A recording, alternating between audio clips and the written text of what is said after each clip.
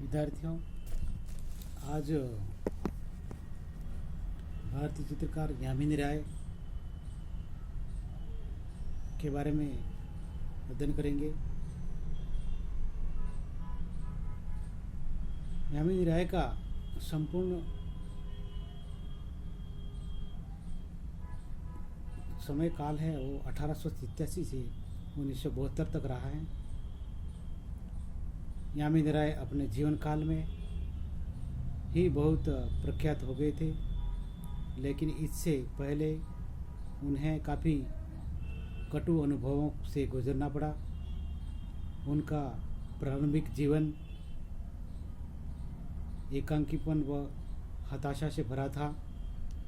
कई बार अपनी शिक्षा में बाधा आई।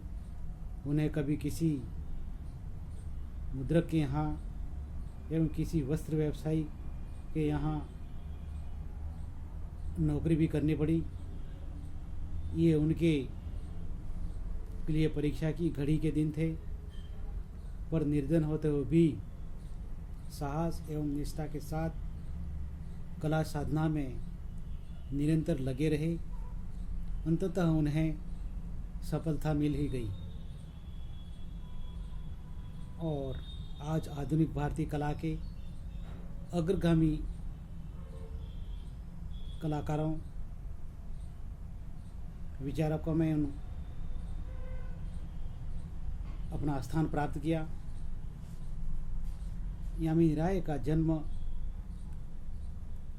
पश्चिम बंगाल के बांकुड़ा जिले में एक अनजान गांव वेलियातोड़ में एक छोटे से किसान परिवार में 10 अप्रैल 1887 को हुआ था।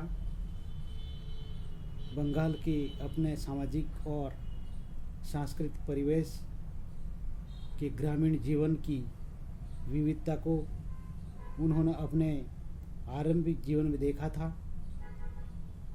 ग्रामीण अंचल के कारीगरों को काम करते देखकर उनमें सर्वप्रथम रंग तथा आकार और सृजनात्मक कार्य के प्रति उनकी चेतना जागी।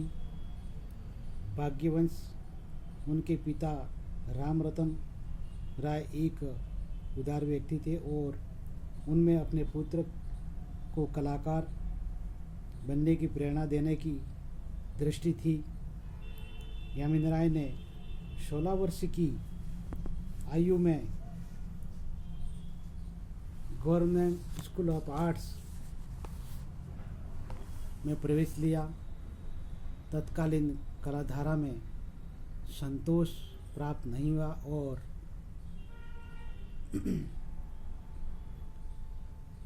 उनका ध्यान बिहार की पटचित्रण शैली की ओर गया। यामिनी राय लोक कला से प्रेरणा ग्रहण करने के सतत प्रयत्नशील रहे। वे बंगाल के अनेक गांवों का भ्रमण करने में गए, जहां वह कुम्हारों, बुनकरों तथा खिलौने बनाने वालों का आदि की कृतियों को देखते, समझते और रेखांकित भी करते थे। इस कार्य से उन्होंने बहुत कुछ सीख लिया था। यामिनी राय भ्रमण के बाद अपने गांव लौटकर आए। लोक कला के सूक्ष्मतम बिंबों को पाकर उनको बहुत ही मानसिक संतोष प्राप्त हुआ। विद्यालय अध्ययन के समय से ही उन्हें सभीकार व्यक्ति चित्रकार के रूप में पहचान बन गई थी। लोक कला शैली लगभग 35 वर्ष की आयु में उन्होंने अपनी कला साधना की ठोस शुरुआत की। तब भारत स्वतंत्र नहीं था, पर लोक कला के क्षेत्र में मात्र पश्चिमी कला शैली की नकल चल रही थी। यामिनी राय ने इस प्रचलित नकल धारणा को तोड़कर बंगाल की लोक कला को अपने निजी अनुभवों में प्रयोग प्रारंभ किया। और कालांतर में उसे भारत में ही नहीं अपितु विश्व भर में स्थापित कर दिया गया। कला की पश्चिमी शिक्षा से मुक्त होने के बाद यामिनी बाबू ने खास तरह से आत्मविश्वास जागने लगा और वे सहज, सुंदर तथा आम आदमी के करीब पहुंचने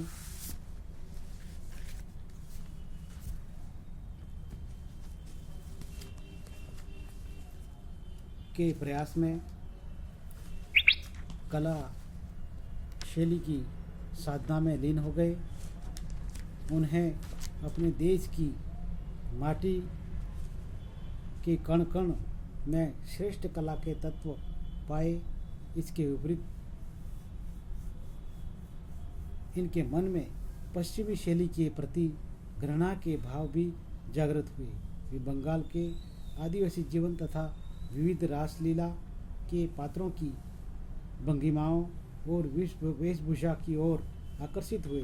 संथाल परिवेश के जीवन को आत्मीयता से देखा, तब उनका अपना छिपा हुआ लोक कलाकार जाग उठा और आरंभिक मुक्त रेखाओं एवं भड़कीले रंगों में आकृतियां बन पड़ी। उनके प्रारंभिक शैली के चित्र राष्ट्रीय आधुनिक कला दीर्घ में देखे जा सकते हैं। स्त्री पुरुष नृत्य, सामूहिक वार्ता आदि के चित्रों में मोटी रेखा, चटक रंग उनमें सौंदर्य को और अधिक वृद्धि करते हैं। इसी प्रकार रंगों में उनके चित्रों में चटक रंगों का प्रभाव आया। शैली के चित्रों में भूरे रंग, पीले, लाल, काले, नीले रंगों का विशेष प्रयोग हुआ है। आदिवासी संथाली जीवन के गहरे चटक रंगों को अपनाया है। काजल, सिंदूर, नील, खड़िया मिट्टी, इमली, हिंगूर आदि के से निर्मित इनके प्रमुख रंग थे। विभिन्न जगहों के भ्रमण एवं अध्ययन के दौरान कालीघाट के पटुआ कलाकारों से उनका संपर्क हुआ तथा उनकी